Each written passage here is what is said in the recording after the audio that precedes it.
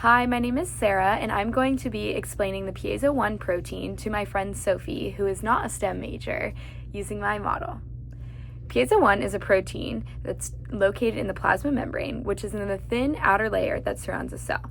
You can think of the cell membrane like the walls of a house, and proteins like Piezo 1 are special doors that let things go in and out.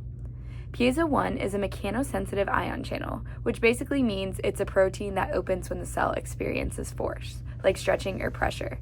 When that happens, the channel opens and lets small charged particles called ions in. This is important because ions act like signals that tell the cell how to respond. For example, Piezo 1 helps regulate the red blood cell volume, supports blood vessel function, and helps cells respond to physical stress in the body. This is my model of the Piezo 1 protein.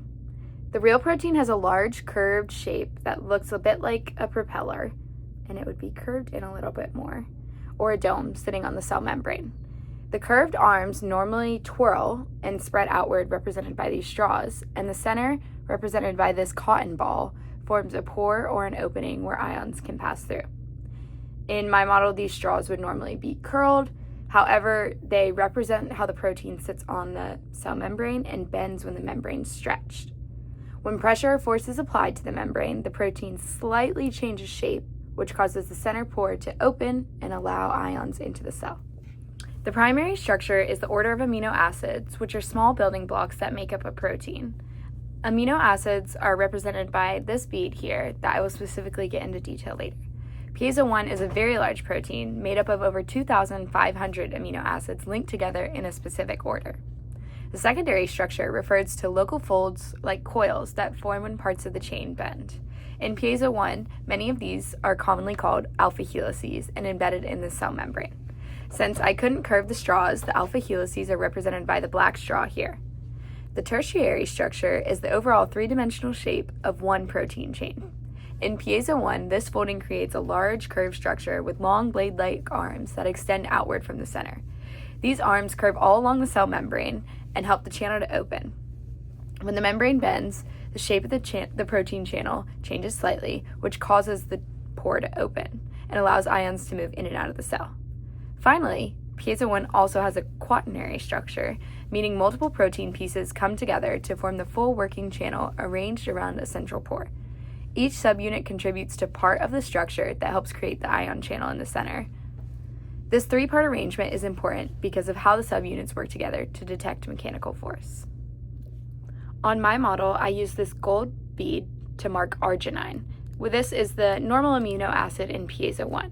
However, with the mutation R2456H, the blue bead, or the amino acid, becomes histidine and has different chemical properties, so replacing one with another will slightly change how the protein folds and how this channel opens. Crazy enough, this one change in the 2,500 amino acids in the primary structure through the mutation of the amino acid switch to histidine will cause the channel to stay open longer, which disrupts the balance of ions and water inside red blood cells. Due to this imbalance, water leaves red blood cells, making them smaller, dehydrated, and more fragile. These fragile cells can break down more easily, and that's what leads to the symptoms of hereditary xerocytosis. Like all scientific models, my model has several limitations compared to the real Piezo 1 protein. First of all, the straws in my model can't really bend or move to represent the many alpha helices, and also, in reality, Piezo 1 is flexible. It can move a little bit to show how it bends along the cell membrane. However, it can't curl like it would in the real Piezo 1 membrane. Second of all, the cotton ball in the center represents the ion channel, but it's not a real opening, as you can see.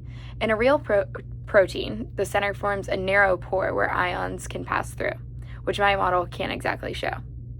Third of all, the model does not show the true scale nor complexity of the protein Piezo 1. The real Piezo 1 is made of thousands of amino acids and atoms and is much smaller and way more detailed than what can be represented with simple materials at scale. Overall, I thoroughly enjoyed this project, and making this model with what I had allowed me to gain a better understanding of the protein Piezo 1 and its mutations.